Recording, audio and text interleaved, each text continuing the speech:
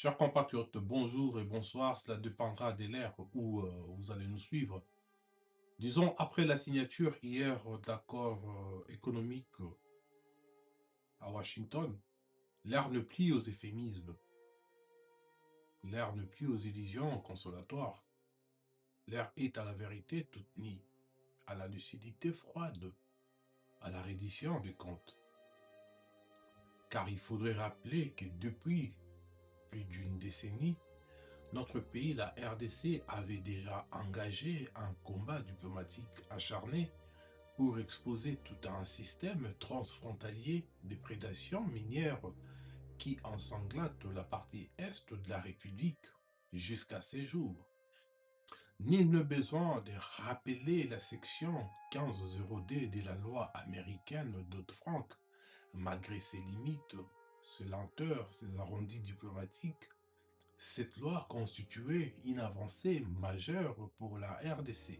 Elle reconnaissait enfin officiellement le rôle des groupes armés et de leurs parrains régionaux dans le pillage systématique de notre sous-sol, y compris l'accès aux minerais stratégiques, le 3T et de l'or congolais. Or, voici que survient l'accord signé entre Kinshasa et Kigali, qui balaie d'un seul coup des revers 10 années de preuves, 10 années de rapports onisiers dont le rapport Mapping, 10 années de dénonciations s'il faut faire allusion au génocauste, 10 années de diplomatie pénible construite. Cet accord fait du Rwanda un partenaire. Cet accord blanchit enfin un acteur dont le rôle a été décrié dans la prédation minière en RDC, une prédation minière bien documentée, démontrée et répétée par différents rapports des Nations Unies. Il transforme de ce fait l'accusé en arbitre, en prédateur, en médiateur, s'il faudrait se fier aux images hier protocolaires de négociation, un agresseur également un stabilisateur parce que le Rwanda sort de ses accords comme un artisan de paix. Voilà la vérité, voilà la rupture historique et voilà la faute. Dans ces théâtres diplomatiques de Washington, les langages de corps, ce qu'on appelle en diplomatie les body language, est plus cruel que des communiqués venant de part et d'autre. Car le bureau ovale a parlé, non pas par ce mot, mais par son chorégraphie diplomatique implacable.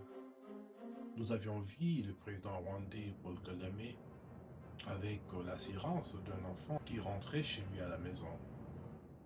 On a aperçu le président américain Donald Trump jouer le rôle, le père de famille, celui qui distribuait le rôle, qui cadrait, admonestait. Le président Félix Tshisekedi, lui, n'était plus qu'un chef de l'État.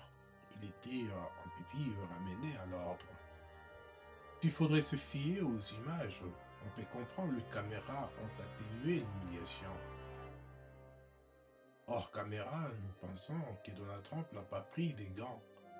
Il a sèchement rappelé au président congolais, et bien sûr peut-être aussi au président rwandais, mais beaucoup plus au président congolais, son escapade serbe jugée belliqueuse, déplacée, infantile. Le message était brutal, limpide, indiscutable. Vous signerez, vous allez obtempérer et vous vous exécuterez. Et le président de la République n'avait pas d'autre choix que de s'exécuter. C'est pas moi qui l'ai dit. Madame Kaikwamba le souligne aussi dans sa dernière sortie médiatique en Angola. On les a forcés par la communauté internationale de signer ces accords. Alors, sommes-nous en face d'un accord de capitulation, une reddition minière, un désarmement diplomatique? Très chers compatriotes, il faudrait donc appeler ces textes par son nom, un instrument de capitulation économique.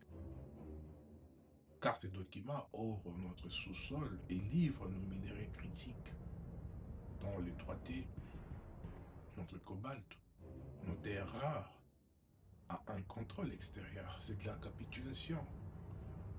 Cet accord impose le mécanisme de vérification dicté par Washington. Cet accord verrouille l'action congolaise par une pluie de clauses suspensives qui rendent l'accord aussi solide qu'un château de cartes. Telle mesure n'est valable que si cette disposition n'a en vigueur que lorsque, voilà de termes qui sont utilisés dans cet accord. L'accord est pour autant dubitatif et l'accord paraît comme un chiffon. C'est un protocole conçu pour sécuriser les intérêts américains et rwandais, non ceux des Congolais. Et il est clair que dans ce bal de chauves, même les idées ont dû porter des chapeaux pour cacher l'escroquerie. Pourquoi le peuple congolais a-t-il été rayé de sa souveraineté? N'est-ce pas une faute constitutionnelle majeure qui a été commise? Le Parlement, représentant des souverains primaires, sera consulté en aval, mais la signature, elle, engage déjà l'État. Nous sommes dans une situation où le président de la République a lié le pays sans débat national, sans mandat clair, sans aucune loi, sans toute transparence. Il s'agit d'un précédent dangereux, tel que nous l'avions dit précédemment, d'une dérive grave, d'une mise sous tutelle consentie. Ne nous racontons pas d'histoire.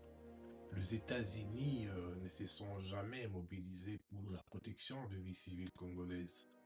Leur priorité est claire: sécuriser et contrôler les chaînes d'approvisionnement en minerais stratégiques indispensables à la transition énergétique mondiale, le 3T.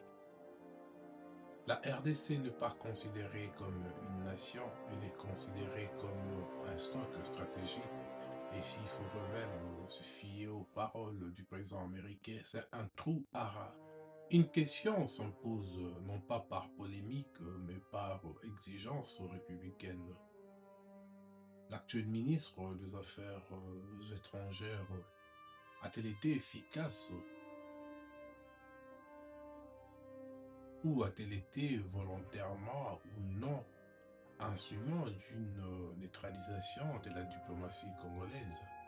Parce que dans sa dernière sortie en Angola, il a reconnu publiquement que la pression américaine, voire celle de toute la communauté internationale, a forcé la signature de la RDC. Mais pourquoi au final c'est le président de la République qui va aller entériner un texte concis comme un acte de reddition? Et cette question mérite une réponse. Et sur le terrain, qu'est-ce qui va se passer exactement? Rien du tout. Ni l'AFC AM23, ni les Mobondo, ni les Codeco, ni les ADF, ni les Twiradeo, encore moins le P5 qui sème aussi trouble dans le plateau de Minembwe, ne déposerait les armes. Les CONOPS exigent de préalables irréalistes, impraticables, impossibles pour la RDC. Pendant ces temps, il faudrait aussi souligner les Ouazalendo milices que le gouvernement a jugé bon par lui-même de nourrir deviennent aujourd'hui une bombe sociale incontrôlable, inflammable, hostile à certaines communautés minoritaires. Voilà une réalité qu'on refuse de dire. Or, c'est une bombe qui va nous éclater, qui va nous péter au visage. Alors, chers compatriotes, en conclusion, on va se donner du temps et donner du temps à nos amis qui ont signé cet accord pour revenir évaluer, voir ce qui va avancer sur terrain, hein, parce que nous pensons que le pays ne peut plus avancer dans le mensonge. Et il faudrait qu'on se le dise, chers Congolais et Congolaises, ce pays ne sera sauvé ni par les illusions diplomatiques, ni par les signatures théâtrales, ni par la capitulation maquillée en victoire. Aujourd'hui, le Congo a signé sous pression, le Congo a cédé, le Congo a capitulé. Et désormais, il faut rendre des comptes aux morts de Massissi, aux morts de Beni dans le Bandundu, dans le plateau d'Itombwe, aux déplacés des Saké, des Goma, des Bunagana, des Kichumbiro, des Wicha, des Bunia, aux veuves de Minova, à Bukavu, aux mineurs du Kivu, mais également à la nation tout entière qui a été trahie car sa chambre basse n'a pas été consultée. Le temps est donc venu de rompre avec la naïveté, de reconstruire une souveraineté réelle et de rappeler bien évidemment aux puissances étrangères que la République démocratique du Congo n'est pas une réserve minière enveloppée dans un drapeau où un seul individu peut engager toute une nation. Le Congo n'est pas à vendre. Le Congo n'est pas négociable. Le Congo est un peuple, pas un gisement. Monsieur le Président, c'est l'heure des comptes. Que vive la République démocratique du Congo.